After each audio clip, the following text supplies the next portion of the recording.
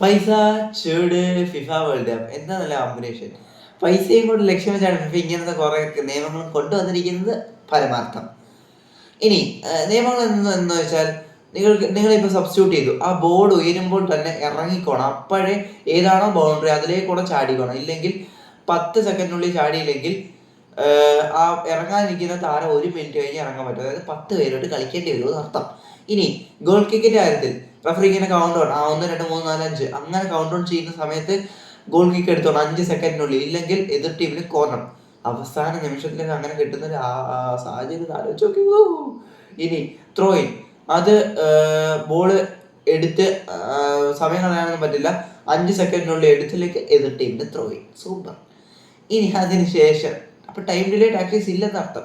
ഇനി അതിന് ശേഷം ഈ ഇങ്ങനെ പൊത്തി ഇങ്ങനെ സംസാരിക്കുന്ന സമയം ഉണ്ടല്ലോ, ഈ ലിപ് മൂവ്മെന്റ് മനസ്സിലാക്കാതിരിക്കുക, അത് ചെയ്തു കഴിഞ്ഞാൽ റെഡ് കാർഡാണ്. പൊക്കോണം ഇറങ്ങി. ഇനി അതിനുശേഷം ഏതെങ്കിലും ടീം പ്രതിഷേധിച്ചുകൊണ്ട് ഇറങ്ങിപ്പോയി വിചാരിച്ചോ, പോയ വഴി പൊക്കോണം. എതിർ ടീം 3-0 ജയിച്ചായി പ്രഖ്യാപിക്കും.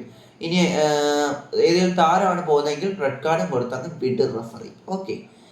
ഇനി ഉള്ളതെന്ന് വെച്ചാൽ വാറിന്റെ ഈ ഒരു ഇടപെടലാണ്. 2 യെല്ലോ കാർഡും റെഡ് കാർഡിന്റെ ടൈമിൽ വാറിന് ഇടപെടാം.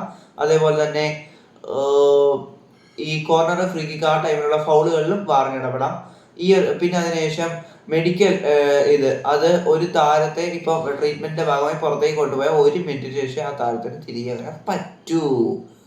സൂപ്പർ. റീസ്റ്റാർട്ട് ചെയ്യാപ്പോഴത്തേക്ക് കളി. ഇനി ഫിഫയ്ക്ക് കുറച്ച് ലാഭം ഉണ്ടാകുന്ന ഒരു കാര്യം പറയട്ടെ.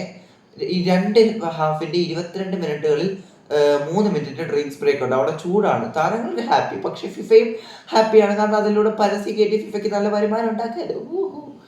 നല്ല ബുദ്ധി എന്തായാലും. വീഡിയോ ഇഷ്ടപ്പെട്ടു എന്ന് തന്നെയായിരുന്നു. Thanks for watching. മറ്റൊരു വീഡിയോ വരുന്നവരെ ബൈ.